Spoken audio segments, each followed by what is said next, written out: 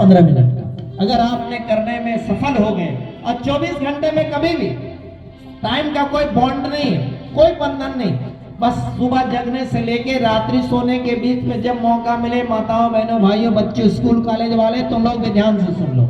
अगर अपने मेमोरी को बढ़ाना चाहते हैं, ये वो मंत्र ब्रेन टॉनिक है, ये वो दिव्य मंत्र है जो स्कूल कॉलेज में बच्चे पढ़ते हैं। और आपकी स्मरण शक्ति कमजोर है तो एक प्रयोग करना आप शुरू कर दीजिए। और आप लोग बैठे, आप अपने बच्चे से, हमने खूब कराया है, लोगों को लाभ बच्चों को मिल रहा, ना मिले तो फिर बताइए क्या प्रयोग है। बस शर्त एक है कि उन बच्चों विद्यार्थियों को सूर्योदय के आसपास उठ जाए।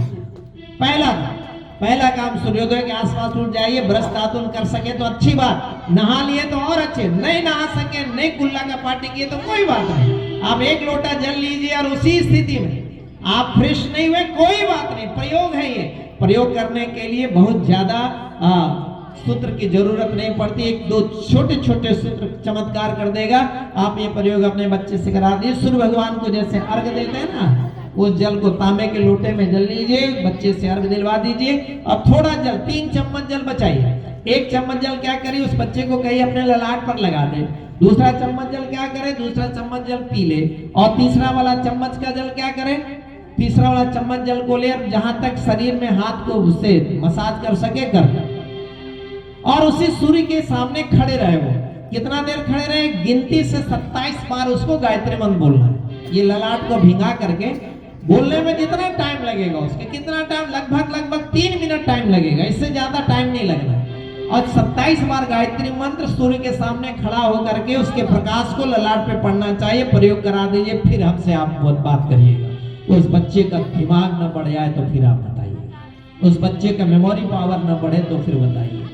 भाइयों बहनों, एक अद्भुत प्रयोग है। एक प्रयोग बच्चों के लिए जो विद्यार्थी है उनके लिए, दूसरा प्रयोग आप लोग के लिए। आप लोग क्या करें, समय अभाव रहता तो सुबह जगने से लेकर रात्रि सोने के बीच में जब मौका मिल जाए 5 मिनट से 15 मिनट तक सूर्य का ध्यान करते हुए ओम भूर्भुवः स्वः तत्सवितुर्वरेण्यं भर्गो देवस्य धीमहि धियो यो न प्रचोदयात्, ये सनातन धर्म का 5वां आधार स्तंभ, मेरुदंड है।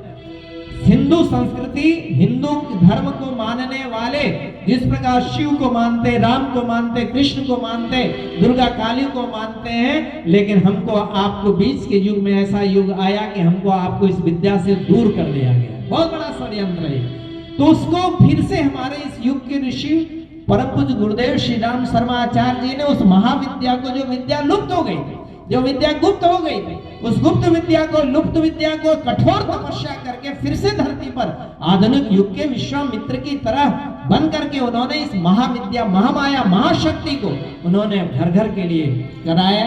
और आज 25 करोड़ लोग इस महाविद्या से जुड़े हैं। आप भी जुड़ करके अपने जीवन को धन्य बनाइए, लाभ लीजिए। 5 से 15 मिनट तक सूर्य ध्यान करते हुए गायत्री मंत्र का जप करिए। दूसरा, 1.5 मिनट लगेगा। जो भोजन आप बनाती हैं उस भोजन को 5 बार अग्नि में डालिए, भोग लगाइए, बस यज्ञ की रक्षा। क्या होगा इससे, जो काम प्रभु श्री राम ने राम राज्य की स्थापना पर किया था, सूत्र दिया था, अश्वमेध यज्ञ कराया उन्होंने। 1-2 अश्वमेध यज्ञ नहीं, 10 अश्वमेध यज्ञ कराया। आज भी उदाहरण है, आज भी वो जगह सुरक्षित है। चले जाइए काशी आप जाएंगे, काशी के घाट पर गंगा के किनारे 80 घाट बने हुए हैं। उस 80 घाट में एक घाट का नाम है दशाश्वमेध घाट, मरणिका घाट भी है और भी कई घाट हैं। उसमें एक घाट का नाम है दशाश्वमेध घाट। क्यों नाम पड़ा, यहाँ पर प्रभु श्री राम ने 10 बार अश्वमेध यज्ञ किया था। एक बार में काम पूरा नहीं हुआ तो उनको 10 बार करना पड़ा। क्यों 10 बार करना पड़ा था, राम राज्य की स्थापना के लिए। और जब 10वां बार हो गया तो उन्होंने संसार के कोई लोग, जब तक पूरे धरती पर जितने भी लोग थे, स्त्री पुरुष थे, जब तक उसमें शामिल नहीं हो तब तक बार बार यज्ञ करते रहे।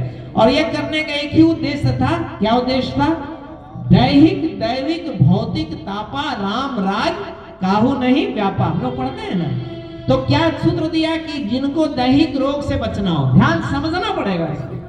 क्यों कराया था ये मंत्र, क्यों दिया, दैविक भौतिक तापा राम राज काहू नहीं व्यापा। कहा मेरे राज्य में किसी को दैहिक रोग नहीं होगा, कोई डायबिटिक नहीं होगा, कोई चिनिया बीमारी वाले नहीं होंगे, कोई माइग्रेन वाले नहीं होंगे, कोई हाइपरटेंशन वाले नहीं होंगे, कोई स्ट्रेस वाले नहीं होंगे, कोई ब्रोंकाइटिस वाले नहीं होंगे, कोई साइनोसाइटिस वाले नहीं होंगे, कोई टीबी वाले नहीं है, हैजा वाले नहीं होंगे, कोई एसिडिटी वाले नहीं होंगे, कोई गैस्ट्रिक वाले नहीं होंगे, आर्थराइटिस वाले नहीं, कोई बीमारी नहीं होगी, किसी बीपी वाले नहीं होंगे, हार्ट डिजीज नहीं होगा, दैहिक रोग नहीं हो सकता, दैवी प्रकोप नहीं होगा हमारे राज्य में। और अंत में कहा भौतिक हमारे राज्य में धन का अभाव किसी को नहीं रहेगा। कब होगा? तो उन्होंने उस समय भी वही सूत्र दिया था जो आज के श्री राम दे रहे। उन्होंने उस युग के राम ने कहा था 2 काम जिसके घर में होगा उसके घर में राम राज्य होगा।